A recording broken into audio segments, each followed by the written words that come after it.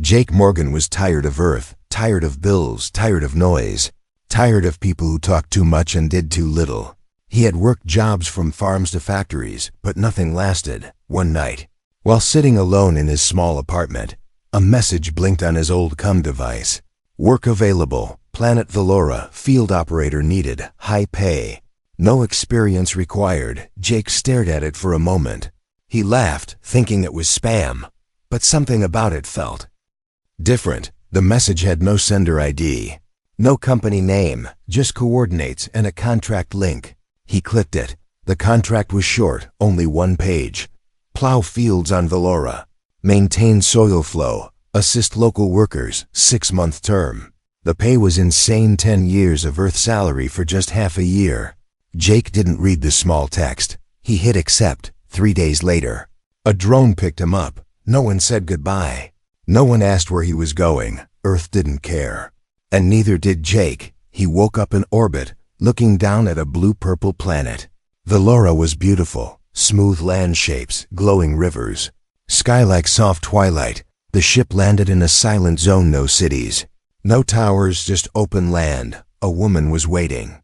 Tall, silver eyes, dark red skin, and white hair that moved like it was alive. "Welcome to Velora," she said. "I'm Serana, your guide."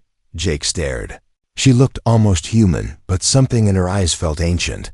He tried to speak, but only managed a nod. Serana smiled. "You look confused." "That's normal." She handed him a uniform lightweight, glowing at the seams.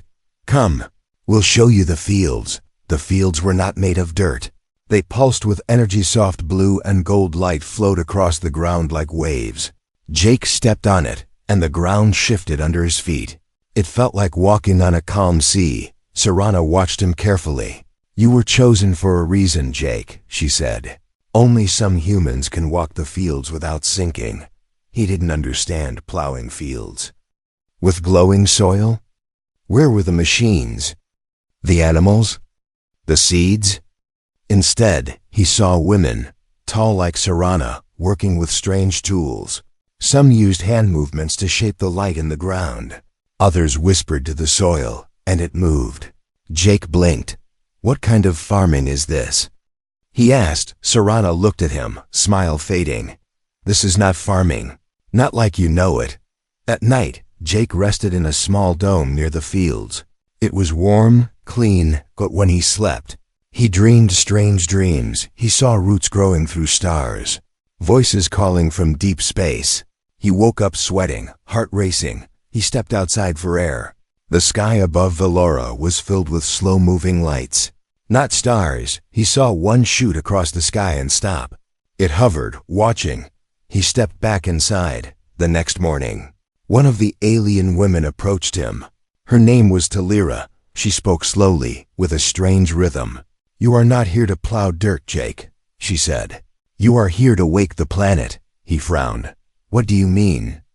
"The contract said." She raised her hand. "The contract told you a story, not the truth." Jake looked around. The fields, the glowing soil, the voices in his dreams. It was too much. He wanted to leave, but the ship was gone. Serana appeared again. "Velora is alive," she said. "And you, Jake Morgan, are the spark." He laughed, nervous. "I'm just a guy from Earth," he said. "I don't wake planets." Serana stepped closer. "You don't yet, but you will." Jake felt something shift in the air. The ground under him hummed. The other alien women gathered, watching silently. He was no longer just a worker.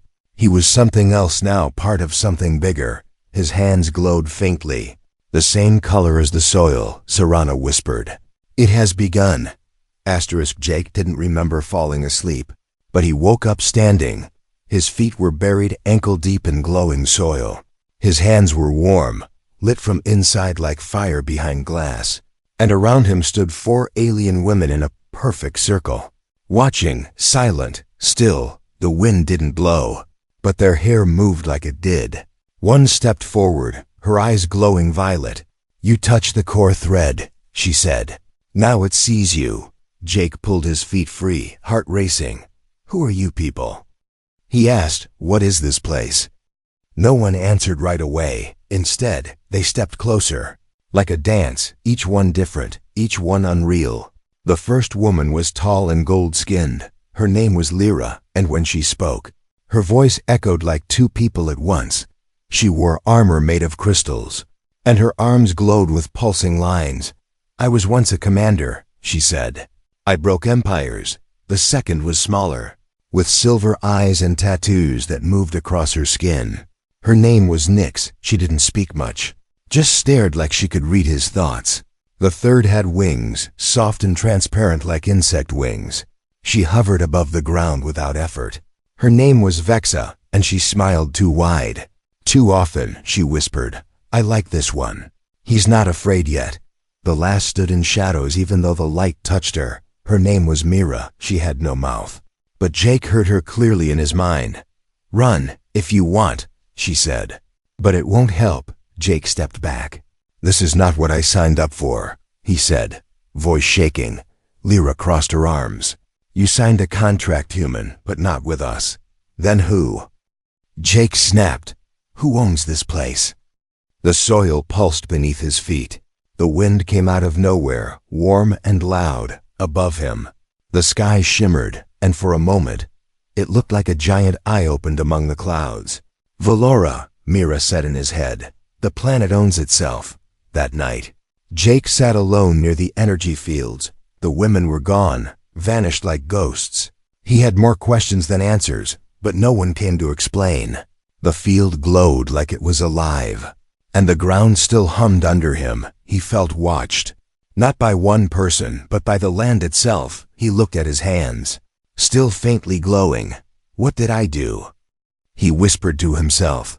The wind didn't answer, but the ground shifted slightly, like it understood. The next morning, they returned, this time, not as strangers, but as a team.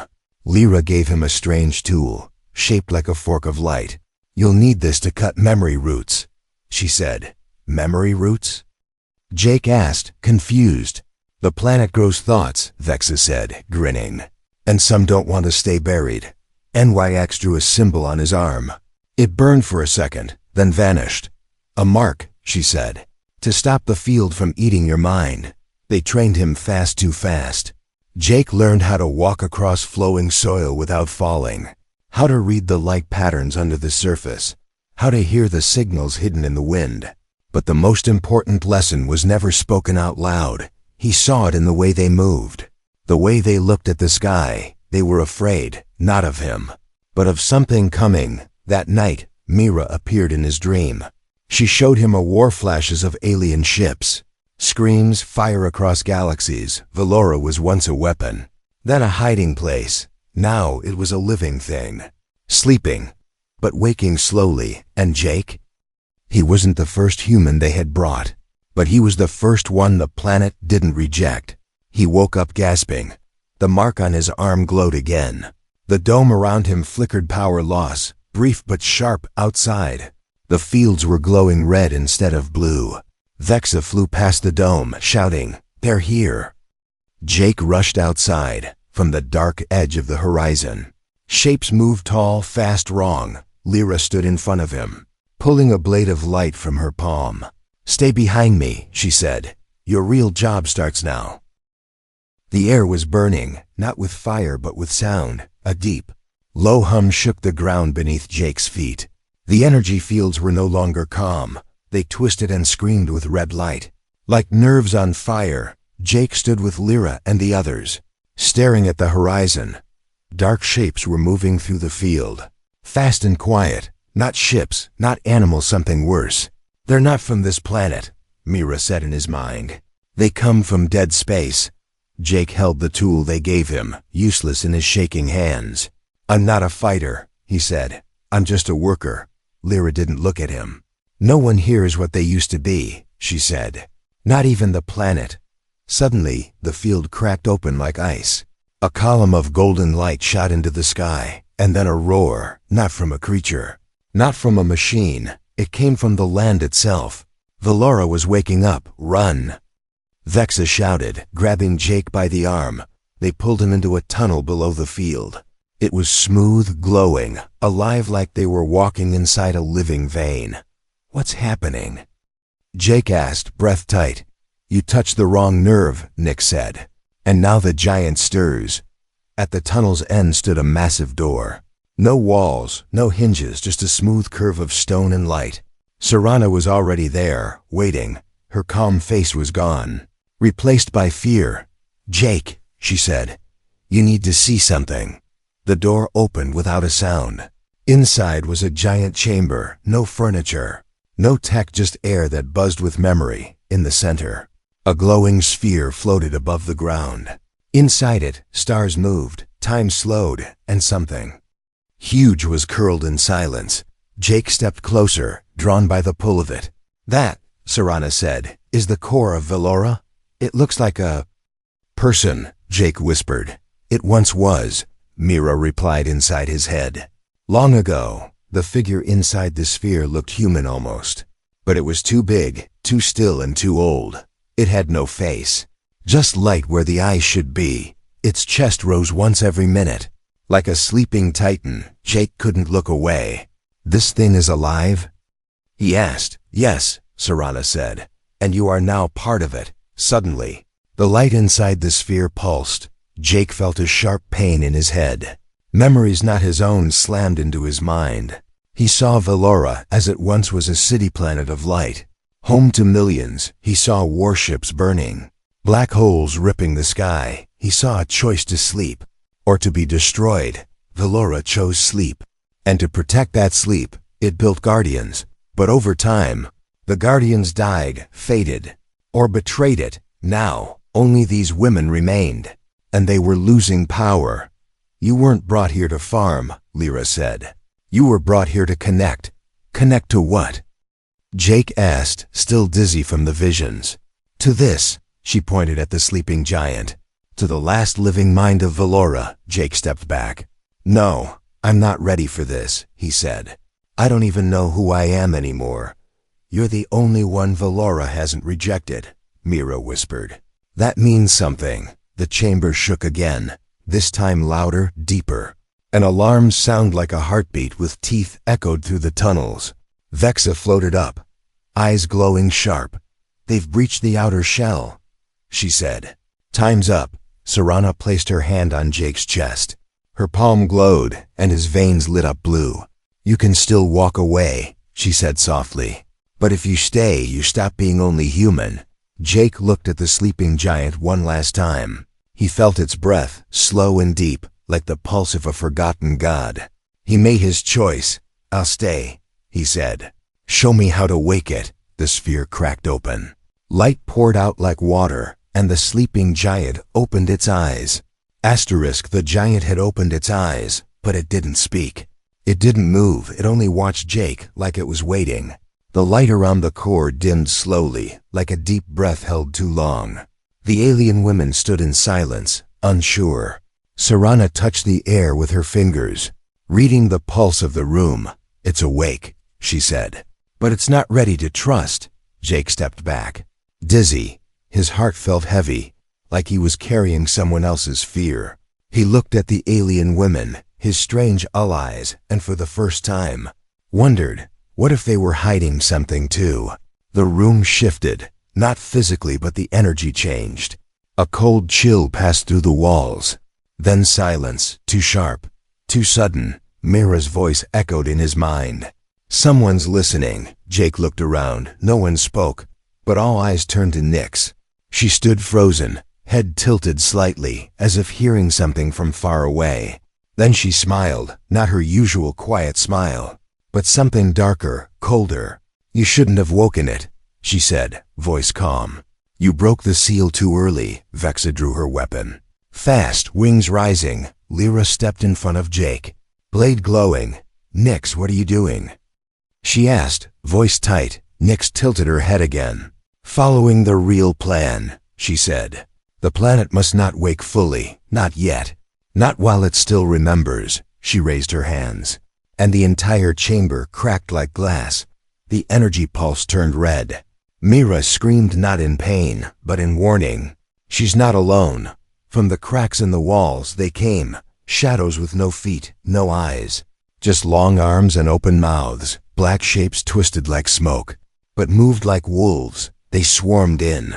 Fast and silent, Jake ran. He didn't think, just moved. Lyra and Vexa fought like lightning blades. Fire, wings, Mira held the tunnel with a mental shield. Blocking the swarm, Serana pulled Jake toward another tunnel. Deeper, hidden. Where are we going? He shouted. To the memory vault, she said. We need to show you the truth before they erase it. The tunnel closed behind them, safe for now, but the damage was done. Nyx had betrayed them, and she wasn't alone. Serana explained as they ran. Long ago, Velora held a secret. Something dangerous, she said. Not even we were told what it was. But others feared it enough to send agents to keep it buried. Jake stopped, breath sharp. You mean Nyx was a spy this whole time? Serana nodded. She waited years for a human strong enough to wake the giant, and now she'd try to kill it before it remembers what it is. They reached a new chamber dark, round, glowing with symbols. This is the vault, Serana said, placing her hand on a stone panel. The walls lit up with visions, not memories, but recordings from another time. Jake watched, stunned. He saw Earth centuries ago, and Velora shining, powerful, ruled by beings made of light and code. Then war, again. But this time, it wasn't just about planets or power. It was about a code, something hidden inside Velora, something ancient and dangerous, a weapon, a signal, a mind no one knew. So they buried it inside the planet's core, wrapped it in sleep, and erased the truth. Jake turned to Serana. Why me? He asked, why can I wake it? She hesitated. Because part of that code was sent to Earth, she said. Your DNA has traces of the signal, hidden, waiting. Jake's head spun. So I'm not just a worker, he said. I'm a key. Yes, Serana said. And now Nyx wants to break you before the lock opens. Suddenly, the vault shook. Screams echoed down the tunnel. Vexa burst in, bleeding, wings torn. She's coming, she shouted. Nyx and the swarm, they found us, Lyra followed. Sword cracked, armor glowing red.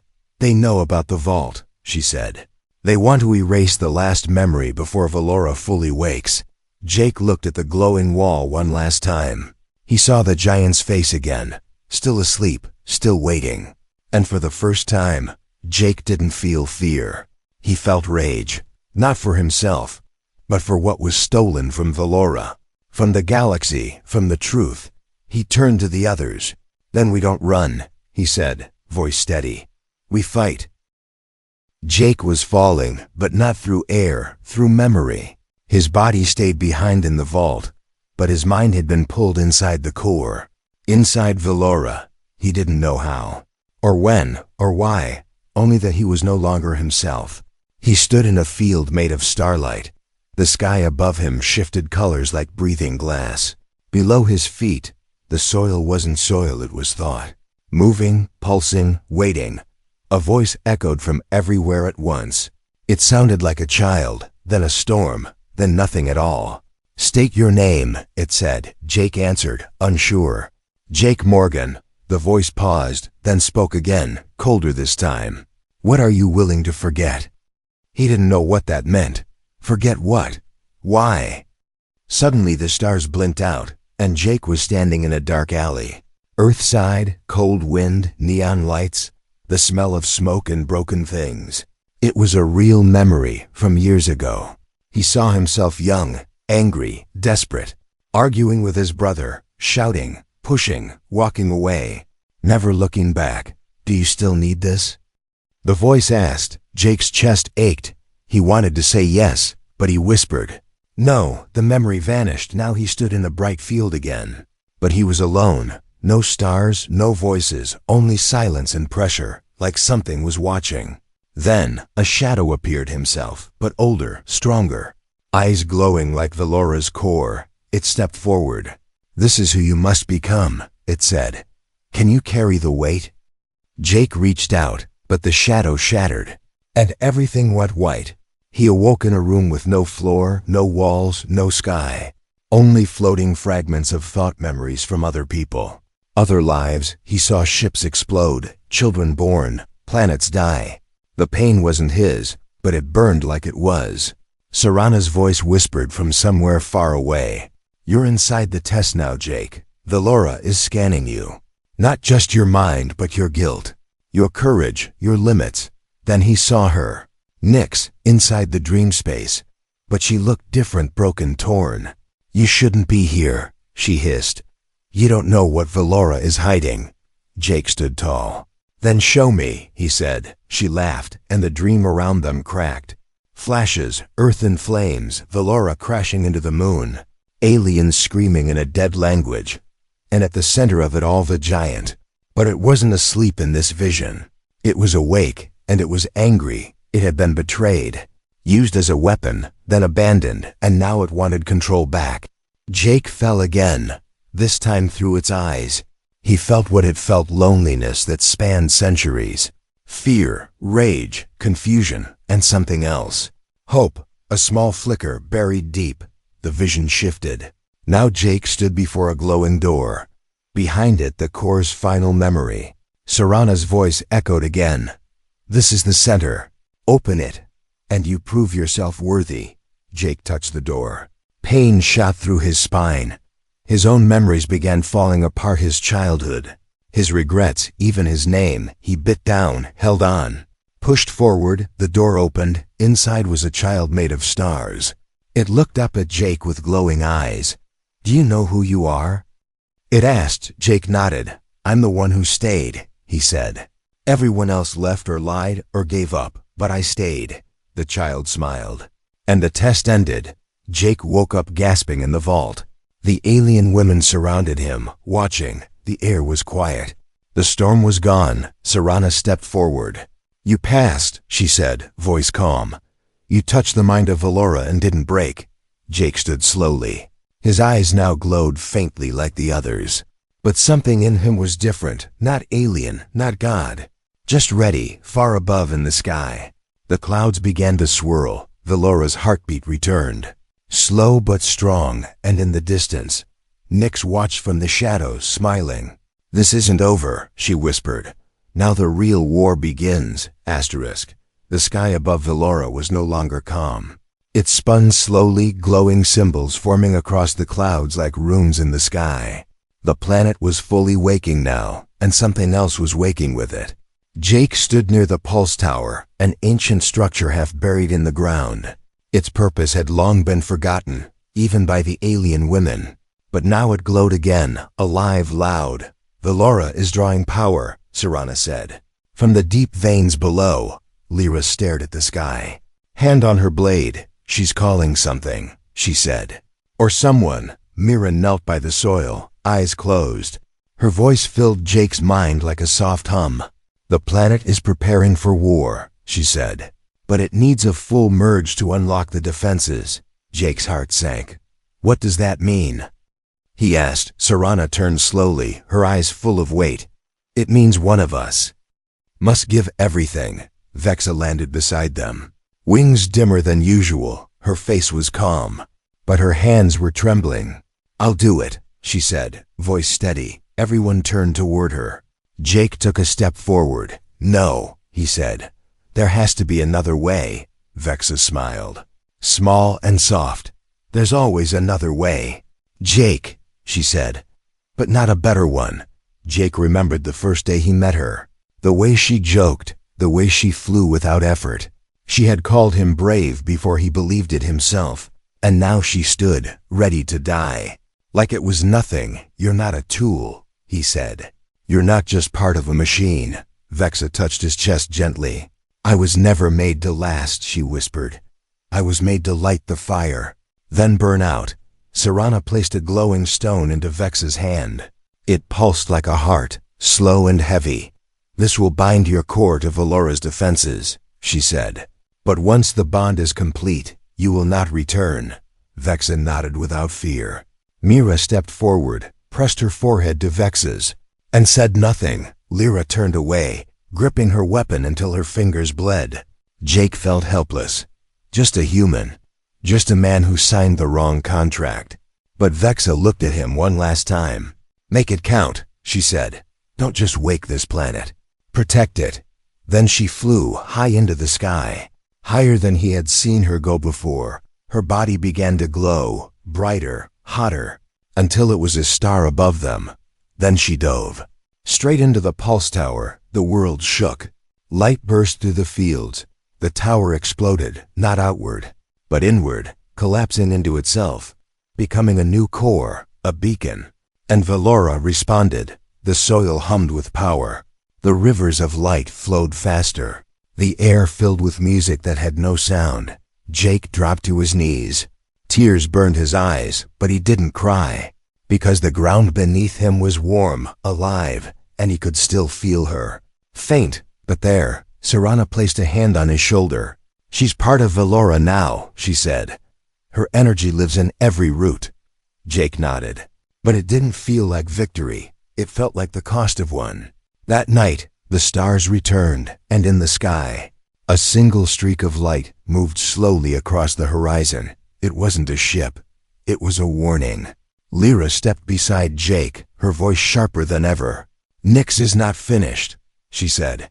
She's gathering what's left of the dead swarm. Jake stood. His body still ached, but his will had hardened. What do they want now? He asked. Serana looked to the stars. They want control, she said, of Velora, of the core, of you. Jake clenched his fists. No, he said. They don't get it. He looked down at the glowing ground. He could feel Vex's warmth there. He could feel the heartbeat of something ancient and beautiful. They can try, he said, but I'm not leaving. Not again, not ever. Far away, in the cold edge of Velora's orbit, Nyx stood inside a black ship, eyes glowing white, behind her. An army waited twisted machines. Failed guardians, corrupted minds. She smiled without joy. He passed the test, she whispered. Now we break him.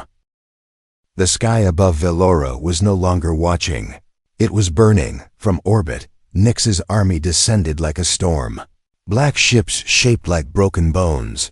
Swarm units with twisted bodies, machine and flesh fused by war. They fell across the planet like rain. Jake stood on the edge of the awakened field. His skin glowed with the same energy as the soil. He could feel Vesa inside the pulse of the land. He could hear Mira's calm thoughts guiding his focus, and Serana's voice behind him, quiet but certain. You were never just a worker, she said. You were the ignition key. Lyra handed Jake a weapon unlike anything he had seen. It was not made of metal. It was shaped from memory, from energy, from Velora itself. You've been fighting like a man, she said. Now fight like the planet. The first wave hit fast. Swarm beasts screeched across the field. Cutting through air like fire, Jake moved without thinking. The weapon in his hand lit up with every heartbeat. He wasn't swinging it, it was moving with him. He cut through the first line, but this wasn't about strength. It was about sync. Velora moved with him. Soil shifted under his enemies, air bent their flight paths. Every step he took was backed by a living world waking up. Then Nyx arrived, descending through fire. Wrapped in armor stolen from forgotten gods, her voice echoed across the land. You think this place loves you, Jake? She shouted. This planet is a liar, a killer, a grave. Jake stared at her. He wasn't afraid anymore. I've been lied to before, he said. But this time, I chose the lie. Nyx landed. And the ground cracked. She moved faster than before. Every hit shook the field. Jake blocked, dodged, struck. But she wasn't fighting to win. She was fighting to destroy everything. Behind her, the swarm spread through the land, ripping roots, shattering towers, trying to cut Velora's nervous system from the inside out. Then, the planet responded. A deep sound came from below, a heartbeat. Slow and rising, sleeping giant, now awake, sent its energy through Jake's body. Not just light, but memory. He saw flashes, Vexa smiling, Mira whispering, Lyra bleeding, Serana falling. He saw himself, not as a farmer or a fighter, but as something new. The voice of Velora returned, soft and loud all at once. Choose, it said. Connect and become part of me, or fall as one of them. Jake closed his eyes. He took a breath, then he let go, of his fear, of his name, of everything he thought he was, and Velora took him in. His body rose above the ground, veins glowing with gold and white. The weapon in his hand dissolved into light. His voice became thunder. He reached out not with hands, but with will, and the field responded. Roots moved like arms, stone turned to shields. The planet itself began to fight. Nyx screamed. But her voice was smaller now. She struck again and again. Jake didn't block Velora, blocked for him.